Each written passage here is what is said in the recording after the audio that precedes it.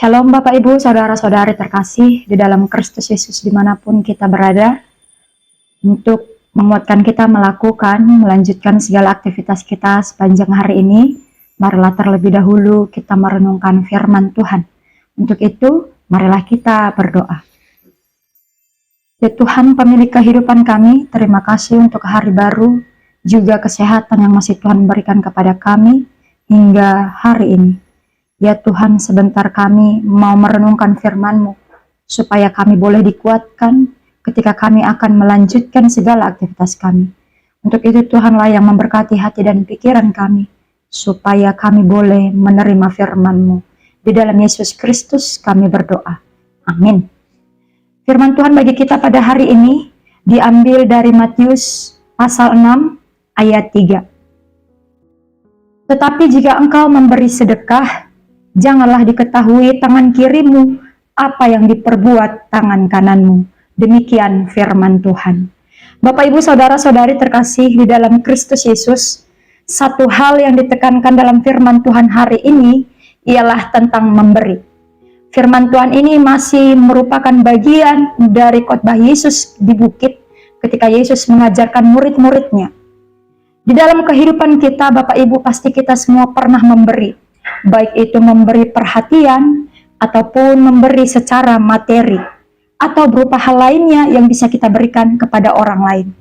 Memberi merupakan salah satu bentuk wujud kasih di dalam kehidupan kita saat ini, Bapak dan Ibu. Dan di dalam konteks penulisan Injil Matius, memberi merupakan bagian dari kewajiban utama orang Kristen saat itu, yang bersamaan dengan itu juga dibarengi dengan berdoa dan berpuasa. Jadi memberi, berdoa, dan berpuasa, tiga hal ini merupakan kewajiban pada saat itu yang jika dilakukan akan membawa upah yang sangat besar. Bapak Ibu Saudara-saudari terkasih di dalam Kristus Yesus, kita mengetahui ada beberapa hal, ada beberapa dasar yang memotivasi orang untuk memberi.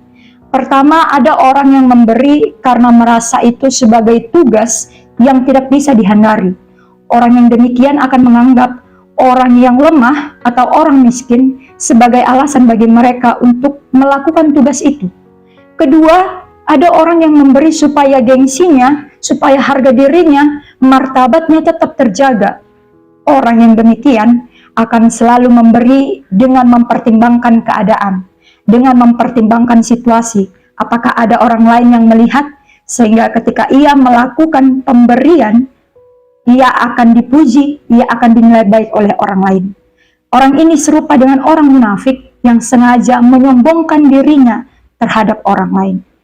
Motivasi yang ketiga atau tipe yang ketiga ialah orang yang memberi karena merasa harus memberi.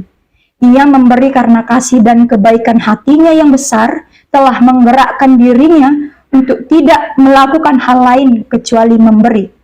Orang yang demikian tidak mementingkan apakah ada orang lain yang melihat atau tidak. Ia juga tidak mementingkan apakah ia akan mendapat pujian, tetapi ia fokus untuk memberi karena memang gaya hidupnya telah diterapkan untuk memberi. Dari ketiga dasar ini, Bapak dan Ibu, bagaimanakah kita selama ini? Mari kita renungkan kehidupan kita. Tetapi yang pasti melalui firman Tuhan hari ini, kita diajak, kita diingatkan untuk menjadi orang yang ketiga. Tipe yang ketiga, yakni memberi dengan kasih, dengan kesadaran diri kita, bukan karena mau memamerkannya, bukan supaya dipuji orang. Karena firman hari ini jelas mengatakan, janganlah diketahui tangan kirimu apa yang diperbuat tangan kananmu. Namun Bapak dan Ibu, di tengah kemajuan teknologi ini, kita mungkin akan kesulitan membedakan manakah penawaran atau pertunjukan orang yang sengaja supaya dipuji, atau manakah yang memang dari hatinya melakukan memberi kepada orang lain. Namun walaupun sulit untuk membedakannya Bapak dan Ibu, maka kita tetaplah memilih untuk terus memberi sebagai dasar memang hati kita, kasih kita menggerakkan kita untuk memberi. Pemberian orang yang tulus akan bertahan lama Bapak dan Ibu. Walaupun orang menilai ini dan itu, atau walaupun orang tidak memuji, tetapi orang yang benar-benar memberi dari ketulusan hati, tanpa mempertimbangkan apapun, Dia akan terus memberi. Kita memang mungkin mempunyai perasaan bahwa memberi adalah tugas kita, tetapi motivasi memberi yang sebenarnya Bapak dan Ibu merupakan tindakan yang secara naluriah keluar dari kasih yang ada di dalam hati kita.